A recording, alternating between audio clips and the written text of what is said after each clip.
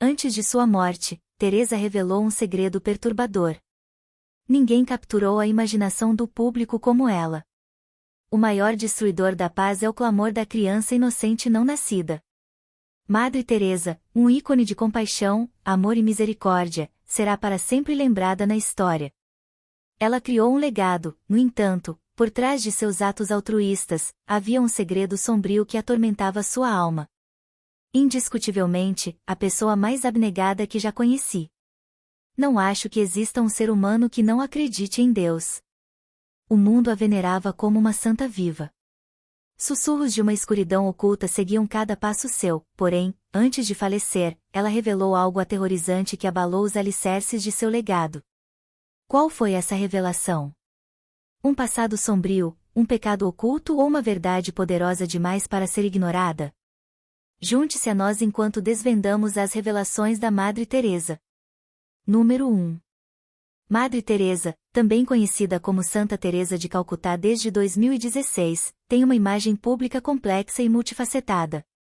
Ela recebeu ampla admiração por seu trabalho caritativo altruísta, que lhe rendeu o prestigiado Prêmio Nobel da Paz por seus esforços para combater a pobreza e a angústia, considerados ameaças à paz.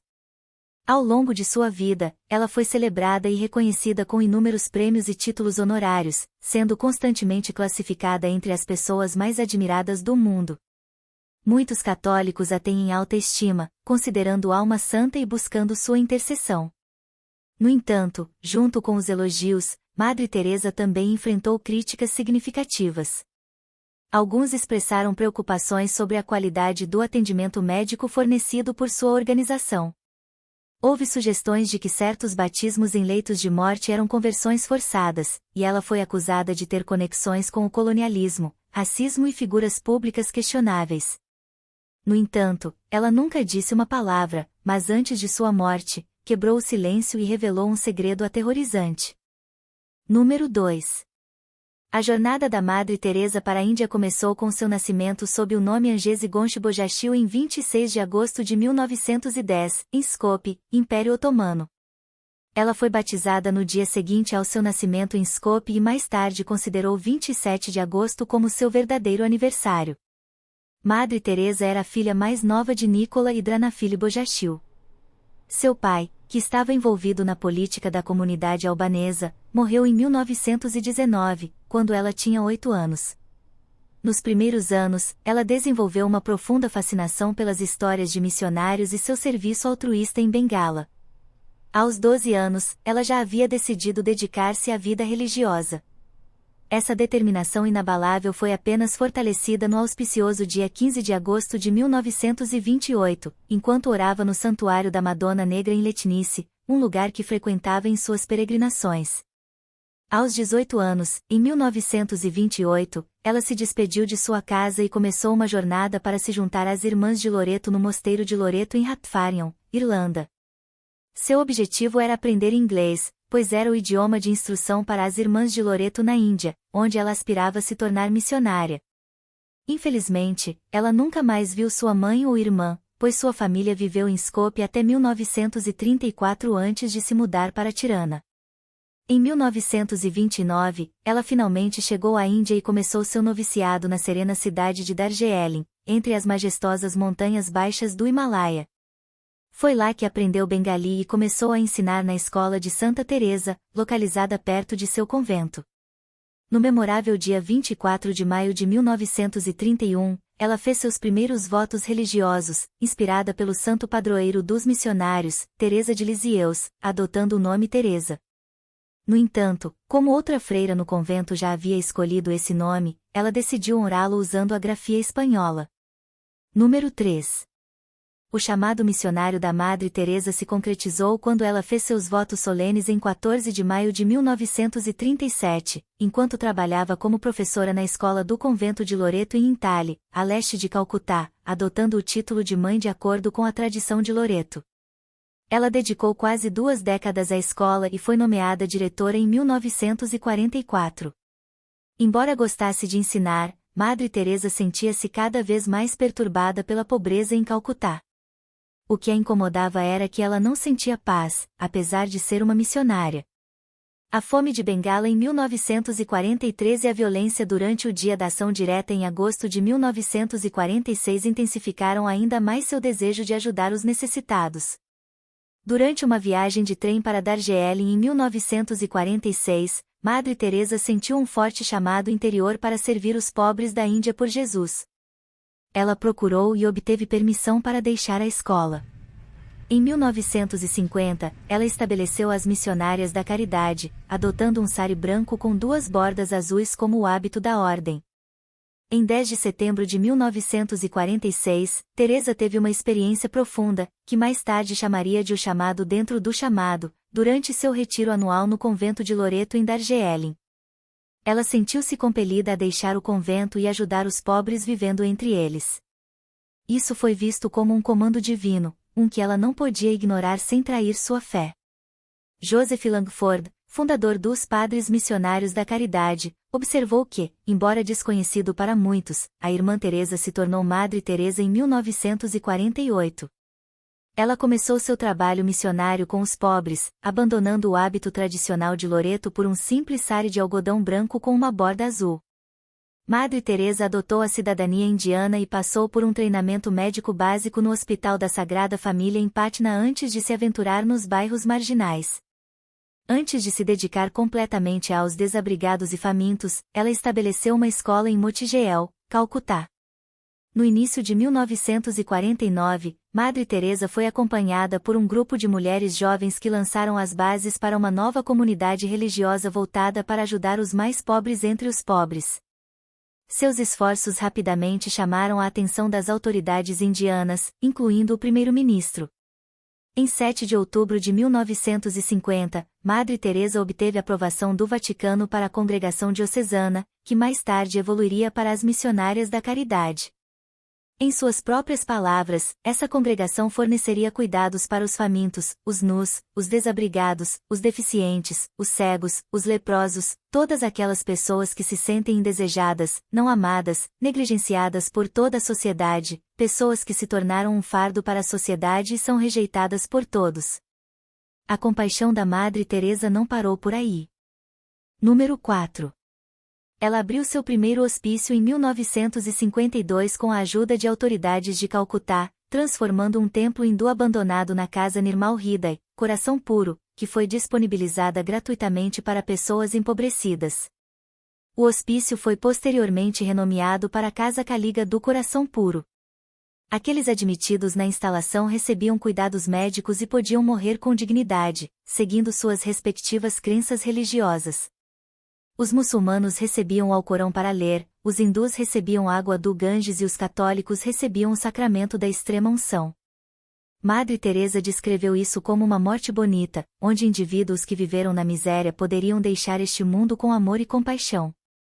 Além disso, ela estabeleceu um hospício especificamente para pessoas com lepra, chamado Shantinagar, Cidade da Paz.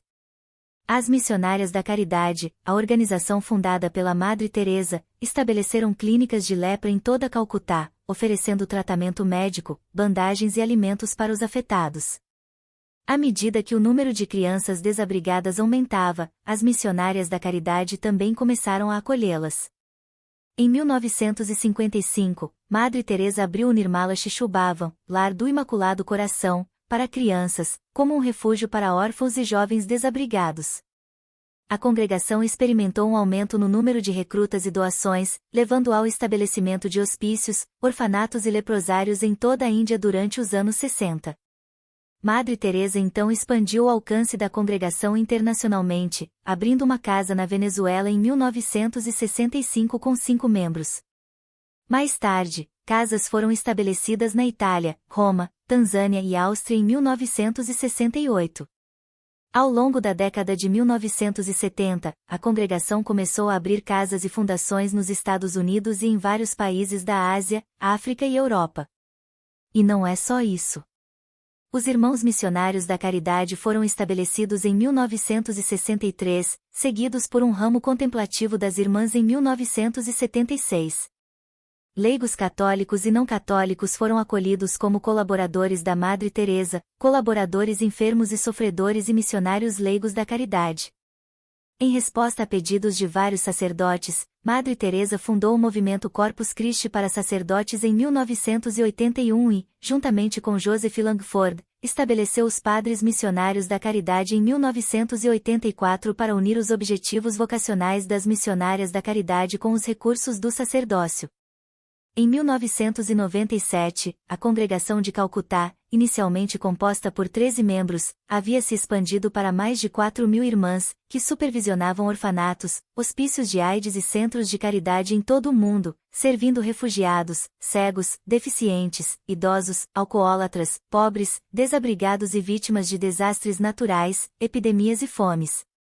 Em 2007, as missionárias da caridade incluíam aproximadamente 450 irmãos e 5.000 irmãs em todo o mundo, operando 600 missões, escolas e abrigos em 120 países. Número 5. Caridade sem fronteiras. Madre Teresa expressou sua identidade de várias maneiras. Ela afirmou ser albanesa de sangue, indiana por cidadania e uma freira católica por fé. Embora tenha trabalhado principalmente na Índia, ocasionalmente viajou para fora do país por razões humanitárias. Em 1971, ela visitou Belfast durante um período conturbado, acompanhada por 4 de suas irmãs. Disse que ela enfrentou pressão de altos clérigos que acreditavam que o foco do trabalho missionário deveria ser direcionado para outros lugares.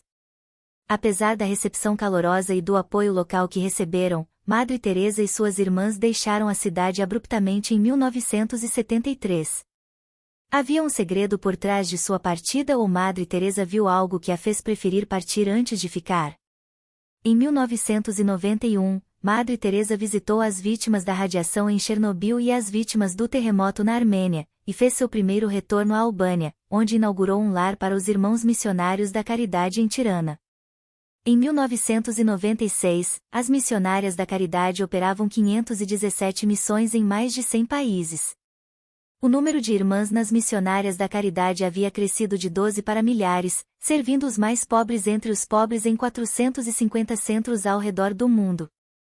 A primeira casa das missionárias da caridade nos Estados Unidos foi estabelecida na área do South Bronx, em Nova York, e em 1984 a congregação tinha 19 estabelecimentos em todo o país. Número 6. Em sua busca por consolo, sua conexão com Jesus Cristo, seu santo rosto e seu coração, ela orava e contemplava em silêncio. No entanto, em privado, Madre Teresa lutava com dúvidas e dificuldades em relação às suas crenças religiosas por quase 5 décadas, até o fim de sua vida. Ela expressou abertamente uma profunda incerteza sobre a existência de Deus e a angústia causada por sua falta de fé. Isso significa que Madre Teresa não estava próxima de Deus? Outro segredo ainda está por ser revelado. Essa experiência de aridez espiritual, caracterizada por uma noite de vazio, não era única para Madre Teresa, pois outros santos, incluindo Teresa de Lisieux, tiveram encontros semelhantes. James Langford afirma que essas dúvidas eram comuns e não impediriam sua canonização. Após uma década de dúvidas, Madre Teresa experimentou brevemente uma fé renovada após a morte do Papa Pio XII em 1958, durante uma missa de Requiem onde rezou por ele, sentindo-se aliviada da longa aridez de seu sofrimento. No entanto, esse alívio foi de curta duração, pois sua secura espiritual retornou algumas semanas depois. Ao longo de 66 anos, Madre Teresa escreveu inúmeras cartas para seus confessores e superiores, notavelmente para o arcebispo de Calcutá, Henri Sebastian de Souza, e para o padre jesuíta Celeste Van Ezen, seu conselheiro espiritual desde a fundação das Missionárias da Caridade. Ela solicitou especificamente que essas cartas fossem destruídas, temendo que desviassem a atenção dela e se concentrassem em Jesus. No entanto, todas as cartas podem ser encontradas no livro Mother Teresa, Come Be My Light. Nas cartas, Madre Teresa diz ao seu amigo Michael van der Pee que Jesus o ama muito, mas que, para ela se sente oprimida pelo silêncio e pelo vazio. Ela procura, mas não consegue ver, ela ouve, mas não consegue ouvir, ela reza, mas nenhuma palavra sai. Número 7. Ela pede a Michael que reze por ela, para que ela possa se entregar completamente a Jesus. Na primeira encíclica do Papa Bento XVI, Deus Caritas Est, ele fala sobre Madre Teresa 3 vezes. Ele usa a vida dela como exemplo para mostrar que orar a Deus não nos impede de ajudar os outros, de fato, é a fonte do nosso amor e serviço. A própria Madre Teresa disse que a oração e a leitura de livros espirituais nos ajudam a crescer em nossa capacidade de orar. Embora a ordem de Madre Teresa não fizesse parte das ordens franciscanas, ela admirava Francisco de Assis, e sua espiritualidade teve um grande impacto sobre ela. As Irmãs da Caridade recitam a oração de São Francisco todas as manhãs durante a missa, como um gesto de gratidão após a comunhão. Seu compromisso com o ministério e seus votos compartilham muitas semelhanças com São Francisco. Número 8. Inicialmente, acreditavam que o material capturado em tais circunstâncias seria inutilizável, no entanto, para sua surpresa, quando revisaram o material na Inglaterra, descobriram que estava excepcionalmente bem iluminado. Muggeridge atribuiu isso a uma luz divina milagrosa de Teresa, enquanto outros membros da equipe atribuíram isso ao novo e muito sensível filme da Kodak. Muggeridge mais tarde se converteu ao catolicismo, aprofundando ainda mais sua conexão com Madre Teresa. Durante esse período, Madre Teresa ganhou reconhecimento e admiração da comunidade católica. Em 1971, o Papa Paulo VI concedeu-lhe o Prêmio Paz João XXIII, reconhecendo sua dedicação em servir os pobres, sua incorporação da caridade cristã e seus esforços para promover a paz. Em 1976, ela também foi homenageada com o Prêmio Passem in Terris. Após sua morte, o processo de canonização de Madre Teresa avançou rapidamente. Não apenas recebeu elogios de instituições religiosas, mas também foi homenageada por governos e organizações civis. Em 1982, ela foi nomeada companheira honorária da Ordem da Austrália por seu serviço excepcional à comunidade australiana e à humanidade em geral. O Reino Unido e os Estados Unidos concederam-lhe inúmeros prêmios, culminando na prestigiosa Ordem do Mérito em 1983. Em 16 de novembro de 1996, ela recebeu a cidadania honorária dos Estados Unidos. Além disso, sua terra natal, a Albânia, concedeu-lhe a honra de ouro da nação em 1994. No entanto, sua aceitação deste prêmio, bem como da Legião de Honra do Haiti, provocou controvérsias. Madre Teresa enfrentou críticas por seu suposto apoio a figuras como os Duvalier e empresários corruptos como Charles Keating e Robert Maxwell. De fato, ela até escreveu uma carta ao juiz que supervisionava o julgamento de Keating pedindo clemência. Número 9. Madre Teresa foi homenageada com diplomas honorários de universidades na Índia e no Ocidente. Ela também recebeu o Prêmio Balza em 1978 por seus esforços para promover a humanidade, a paz e a fraternidade entre as pessoas, bem como o Prêmio Internacional Albert Schweitzer em 1975. Durante sua visita à Universidade de Scranton, no nordeste da Pensilvânia, em abril de 1976, ela recebeu a medalha Las Torta por serviço humanitário do presidente da universidade, William J. Byron.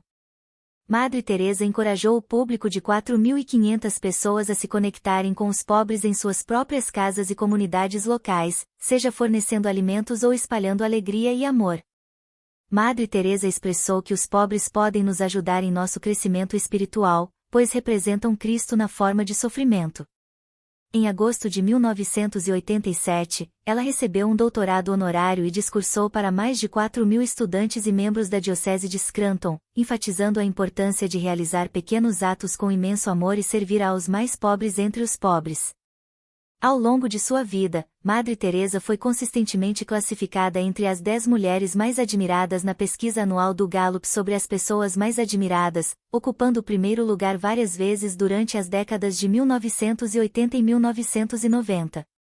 Em 1999, ela foi reconhecida como a pessoa mais amplamente admirada do século XX, de acordo com a lista do Gallup, superando todos os outros concorrentes por uma margem significativa.